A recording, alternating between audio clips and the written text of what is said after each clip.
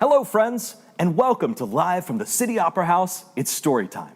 I'm your host, Ben Whiting, and on this show every week, we're going to have a great story read by a special guest and then have a fun activity that you can participate in right from home, using materials that you can find in your home or classroom. We'll be learning about science, technology, engineering, mathematics, and local culture. Now, for today's book.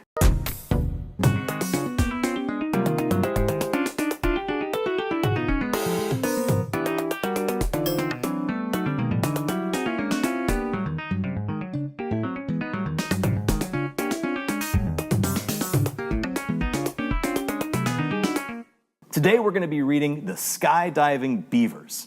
It's an incredible true tale about a group of conservationists in Idaho who used ingenuity and determination to save a colony of beavers. Now for today's activity, we're going to be making a better sneaker, and sky is the limit on the materials for today. But some things you might want to use include cardboard, sticky tape, tree bark, string, confetti, construction paper, or shopping bags.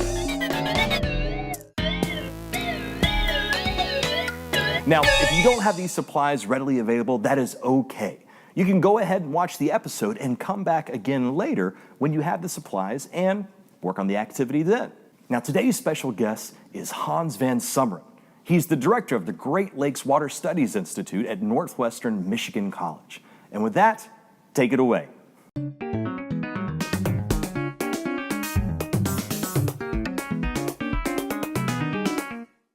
Hey everybody, it's great to be here. My name is Hans van Summeren, and I work at Northwestern Michigan College in Traverse City and actually direct the Great Lakes Water Studies Institute. So today I'm going to be here to read a book to you that is interesting from my perspective in that I'm going to be reading about beavers that fall from the sky, and the majority of my work is underwater, but the two are related, so this is going to be a lot of fun. For me, reading a book like this, it was not only enjoyable, but it brought back the memories of when I found a book that I really enjoyed. In fact, a series of books that I really enjoyed, and I'll share with you that story. The first time that I really got captured by a series of books was I was on board a ship. I was leaving Hawaii and I was traveling to San Diego, California, and they had a series of books written by Clive Cussler for Dirk Pitt. And Dirk Pitt was the underwater explorer for Numa, who explored, just like James Bond, if you've ever heard of James Bond, he explored underwater. And so not only did I read one of those books, but I read about 6 during that entire voyage. And as soon as I got home, I bought all the other books in the series, and I actually could live like that person by reading those books. So reading to me has always been enjoyable, and it's especially enjoyable when you're able to sort of live like the characters you're reading about and maybe relate to them from an experience that you have. So I hope that you enjoy this book. I did, and it's a lot of fun. So we're going to get started. And again, this book is called The Skydiving Beavers, A True Tale. It all started when the folks of McCall, Idaho realized they had a problem, and it was a big problem, a big beaver-type problem. McCall, in Idaho's woodsy backcountry, was a lovely place. The trees so tall, they touched the skies, the crisp mountain air, and oh, that sparkling blue lake. Swimming and hiking in the summer, skiing and snowmen in the winter. Who wouldn't want to live there? People rushed to build homes and lodges on the shore, docks for their sailboats and canoes, and paved roads to get to it all. Trouble was, the lakeside land had already been claimed. For decades, centuries even, beavers had been the only ones doing the building there. Beavers feel right at home on land and in water. For protection from critters that think they'd make a tasty snack, beavers build dams, then hide in the deep water behind those dams. Beavers build their dams from wood they harvest from gnawing down trees, lots and lots of trees. Now the beavers had a problem too, a big problem, a big people-type problem. So where beavers once built their dams, now were boaters and swimmers. Where beavers once gathered wood for dams and food, now there were houses and people. And where the people tried to drive their cars, now water flooded the roads because of these dams. Where the people wanted to enjoy their backyard views, now trees toppled left and right, thanks to all that gnawing. The people were muscling in on the beavers' habitat, and the beavers were trashing the people's habitat. A real turf war, and it seemed like McCall just wasn't big enough for everybody. So what to do? One man named Elmo Heater had an idea. Elmo had a lot of experience with beavers, working as he did for the Idaho Department of Fish and Game. He knew just what beavers needed to live happily and peacefully, and that was wide open spaces with plenty of trees, loads of rivers and creeks, and absolutely no people around. Elmo knew of a place just like that, the Chamberlain Basin. Many, many miles away, acre after acre of deep, dense forest. Fresh mountain streams and ponds, pure wilderness, untouched by humans. A neighborhood where beavers would feel right at home. But Elmo had a problem, and it was a big problem. It was a big transportation type problem.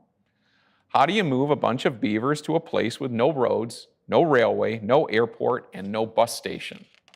Elmo thought about using horses or mules. He could round up the beavers, put them in cages, and load them onto pack animals and hoof it for a few days into the deep wilderness. But Elmo knew that long, rough trips would make the beavers mighty grumpy, and the horses and mules would get spooked by the ornery when loaded and unhappy beavers. No, beavers, horses, and mules, they just don't mix. Then Elmo remembered the piles of parachutes that were left over from World War II, which had just ended a few years before.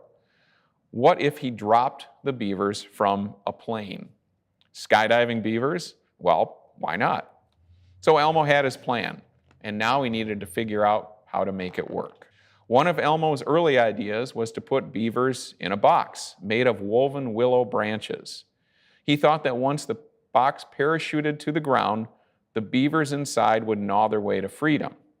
After more pondering, though, he tossed that idea. He wasn't quite sure that it would work. Beavers were grade A Gold Star chewers. The beavers might chew their way through the box way too soon. They might run loose in the plane, or they might pop out mid-skydive.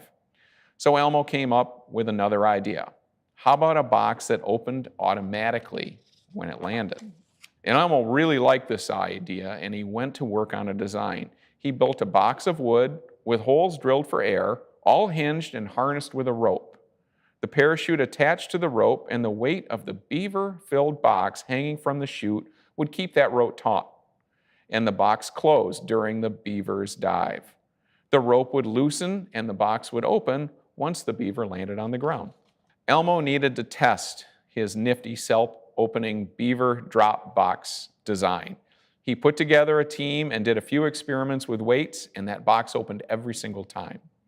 Now he needed the real thing. He needed a beaver. So Elmo corralled an old male beaver into the box, and his name was Geronimo. Elmo fastened the parachute to the box, and a pilot took the box up in a plane. And when the plane buzzed low over Elmo's test field, the box was dropped. The chute bloomed open like a buttercup, then caught the breeze, and Elmo surely held his breath, but the box fell as gently as a mountain snowflake, landing softly on the grass. The box sprang open, and Geronimo scrambled out. The parachute plan had worked perfectly. But Elmo needed to make sure that the parachute plan would work every time, and not just this once. So he and his team tested it again and again and again. And after a while, it seemed that Geronimo was growing to like all of the skydiving. Each time he touched down and the box sprang open, he'd scurry out, but then he would crawl right back in for another go. Finally, Elmo and his team felt sure that the parachute plan would work to transport not just one beaver, but a whole batch of beavers. It was a time to put the plan into action. So that fall, when the leaves were changing from green to red, the team rounded up bunches of beavers from McCall. They packed the beavers into their boxes and loaded them onto the plane, where they headed for the Chamberlain Basin. The pilot buzzed low over the thick forest, looking for the grassy meadow the team had selected for the drop, and there it was. The team readied the chutes. 3, 2, 1, now! The chutes whooshed open, and the beavers fell from the sky. They wafted like falling leaves on the autumn wind to their new woodsy patch of paradise. And the first to hit the ground, it was Geronimo. With his nose leading him to water, there he and the other beavers could build a happy, peaceful home. And that's the end of this story. Now, I thought that this was actually probably pretty exciting for those beavers, thinking that they actually got to fly in a plane and parachute out of a plane and land on the ground. I've never been able to parachute before, and I'm kind of envious that these guys got to do that. And what a way to think about solving a problem where we have animals and people trying to live together that just didn't work. And so parachuting these beavers out of an aircraft and making them a new home was just a phenomenal idea and just a fun story to read about. And this actually happened in Idaho about 70 years ago. So you always think that maybe there's not a solution to a problem, and sometimes it just takes a little ingenuity and a little thinking, and you can come up with lots of solutions. So thank you for spending this time with me. I really enjoyed it, and I hope you have a wonderful day.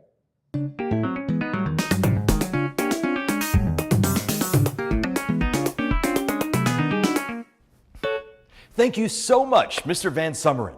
Now it's time to take what we read and put it into action. And to do that, we have Miss Erin Sorensen, a teacher from Westwoods Elementary School. Miss Sorensen, how about you introduce yourself and get us started on today's activity?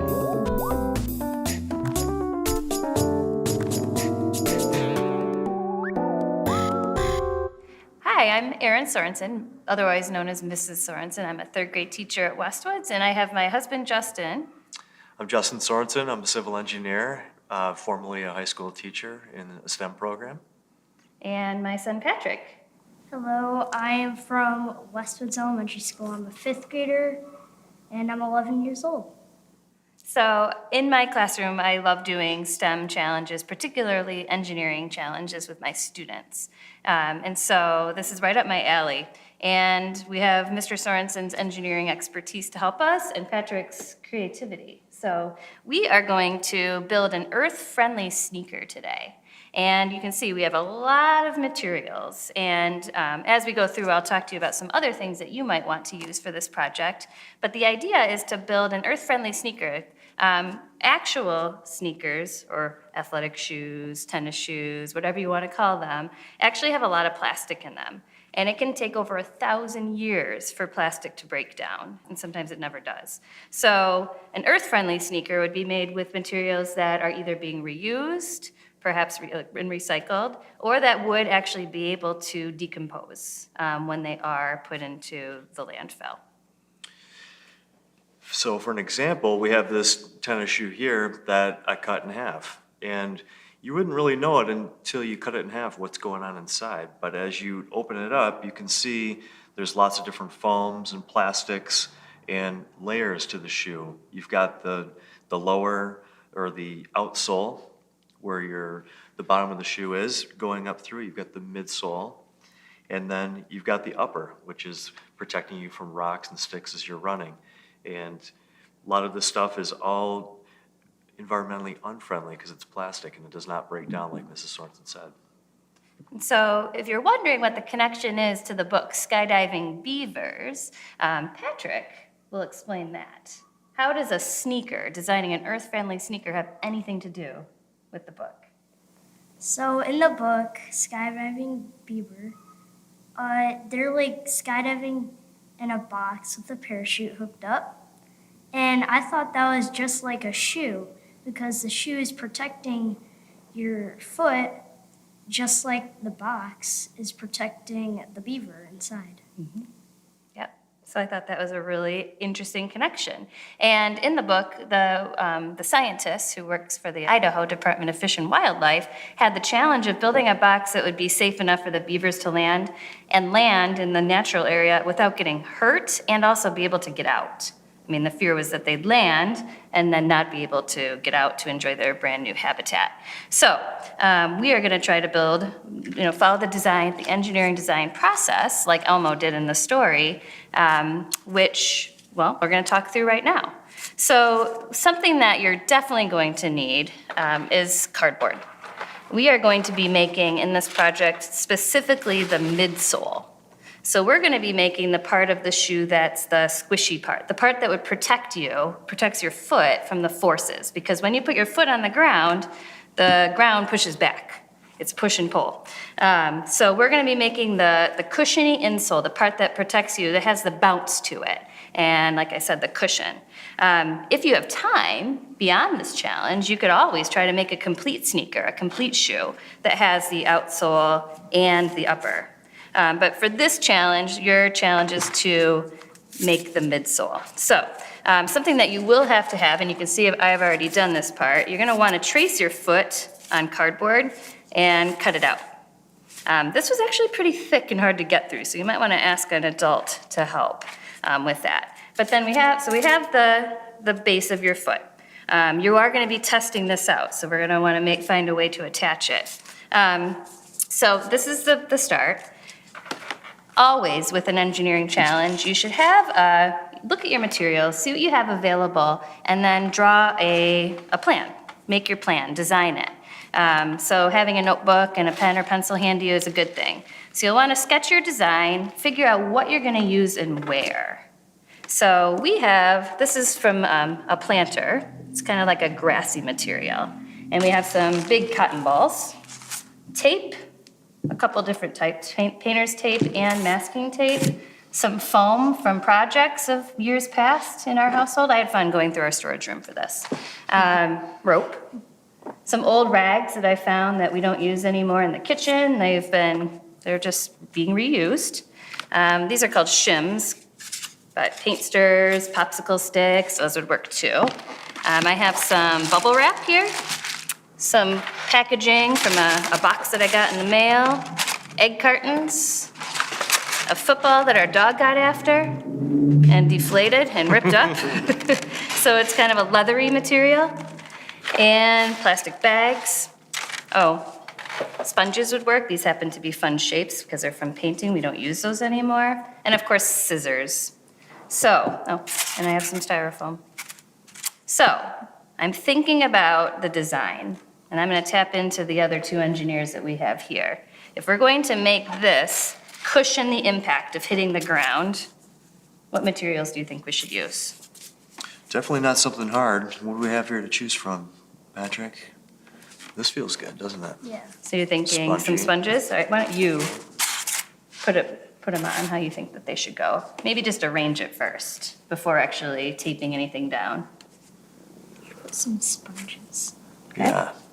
Maybe this guy, because I like the beach. Let's use a palm tree. Yeah, you can give it some style if you want, although this is an interior part of the shoe, but why not have fun? Oh, it should be stylish. Yeah, super foamy. Covers the whole bottom, where your toes, your heels, and the bottom of your foot are gonna hit. Yeah, that looks good. So what we're doing right now is creating a prototype. And a prototype happens in designing, well, Justin could probably talk about this more, but designing all kinds of things, all kinds of goods. The prototype is going to be what's tested before anything is ever manufactured. And in the design and engineering design process, you are testing, re-evaluating, redesigning, making changes as you go. So this would be our first prototype. Yeah, absolutely. Every single thing that we use in our day-to-day life, it starts with an idea, and then it's made into a prototype, like what we're doing. It's tested, evaluated, and almost always changed. It's never perfect on the first try. In fact, it shouldn't be, because you're just trying to make a prototype and you're gonna see what works and what doesn't. And we're at the point now where, what's next? We gotta add some more. So we have the midsole with just the cardboard and the sponges so far, but we're gonna actually test this out. So right now, obviously, if I tip this over, everything's gonna spill off. Now, do you think we need anything else to secure it, to make it even cushionier, so we can resist that force again? Because remember, just like with the box, there's a force from the ground. Maybe, like over the top, maybe, a couple pieces. So I could take like scissors. No, keep in place. This is kind of like tape, but it's foam insulation for pipes, and it cuts really easily. You know, it's kind of like old stuff, so it may or may not hold, but it is spongy and it is rigid. So maybe we could put a layer over the top, possibly, to just distribute the weight, maybe? And then, but it's not gonna hold, it's not sticky enough, so what are we gonna do now, We Patrick? can use some of this stuff. Okay. Okay. What do you think? We go around this way or go around this way with it? This way. Yep. Bring it on around. I wonder if the egg cartons would make a fun little, just cut some of those. I wonder if that Oh, would give for it some more Like spring to spring it. at the bottom, kind of like those cool track shoes that have got some extra spring to them. Some of the stuff you'll find is just a straight up fail, and you're not gonna wanna use it. That's all right, that's part of the deal. Okay, so I'm thinking ahead. So we talked about maybe doing some egg cartons for the bottom, maybe. Like, where's the foot gonna actually rest? Where's your foot gonna be? We want it to be the most stable. Okay, so your foot maybe, Yeah, oh, maybe. Seems to me like the foot should be resting here, Yeah. So because this is pretty rigid, this will be good for contact against the ground. I just wonder, what do you think? Probably not that much of it, but take some of those. Maybe have some at the, because most of the impact on your shoe, I learned, I had to do a little research for this. I did not know as much about shoes yesterday as I do now. But I guess it's in the ball area of your foot, Oh, that center, yeah. that midfoot area is where you want that cushion and support, that Okay. springiness. So what if we took like 2? Yeah, I'll have to tape them on. That'll be interesting to see when we test it, what's I can gonna help. happen. Well, you know, I'm a runner, and I know so little about shoes, which is kind of crazy. Well, All let's look at the cut in half shoe. right, So where do you see most of the cushion? seems It is like, midfoot. yep, right but there there. is some. So yeah, you're right, it should go. So that's a good idea too, when you're thinking about designs, look at others' designs of things that already exist, and see if you can make it better, or borrow some ideas. Yeah, it's good to find things that are not very good so you can improve upon them. Or take your old shoes like me and just cut it in half, and why not? Get you an know? adult's help for that though. I could have used an adult's help, but I didn't. All right. That's pretty good. All right, so feels pretty comfortable. Feels pretty cushiony and springy. I have to Actually, try that's these pretty out. good. I think I'm gonna let Patrick be the tester. Okay, so now Patrick, you're gonna test the prototype, just like Elmo tested the boxes with the Beavers before dropping them from an airplane. All right, so what do we got going on here? We've got, let me just see what's going on. All right, so we've got the bottom of our shoe, the middle, everything is taped together. All right, Other why don't foot, you put though. your foot on there, Patrick? And let's see if we can get you in place. All right? Let's keep those toes on lockdown. What do you say? We got some rope, do we? I don't know if we need it or not. What do you think, Patrick? Move your foot around. I don't know. So Feeling it's pretty staying good? on. Do you think you could jog? Yeah, you already see the tape. All right. See, the tapes have failed, but that's, you know, part of the deal. Does All it right. feel yeah? Feels pretty cushiony? Lift your foot up for a sec. How about springy? All right, set it down. Does it feel springy? Well, I have it like jump It's pretty ridiculous. Let's tie this down. All right, so you're gonna jog in place? Run. Okay. around. So weird. How does it feel? Very cushiony. It's still So- cushiony, comfortable? Okay, so what do we need to fix in our next redesign? Because remember, that's what engineers do. All right, so Patrick, what did you notice when it was on your foot?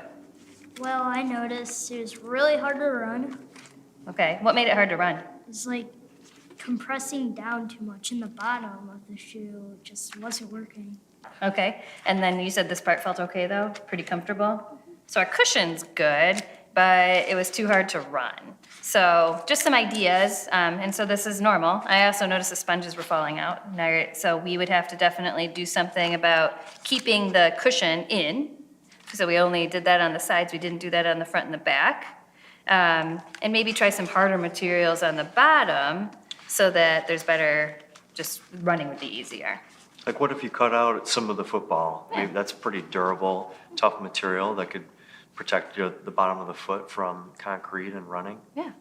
So that's the design process. You design, you You design, you build, you test, and you go back and you do some redesign. So I hope that you have a really awesome time trying to make your environmentally friendly sneaker and that you'll share what you do. Thank you for joining us. Thank you. Thank you.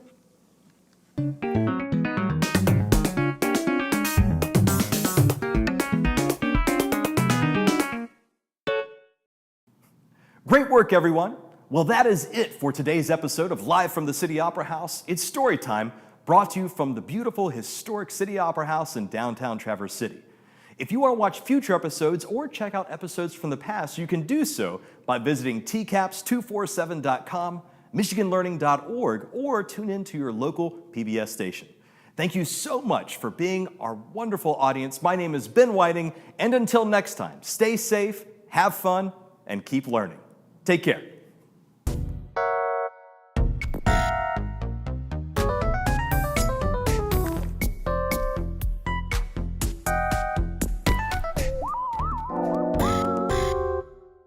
This program is made possible in part by Michigan Department of Education, the State of Michigan, and by viewers like you.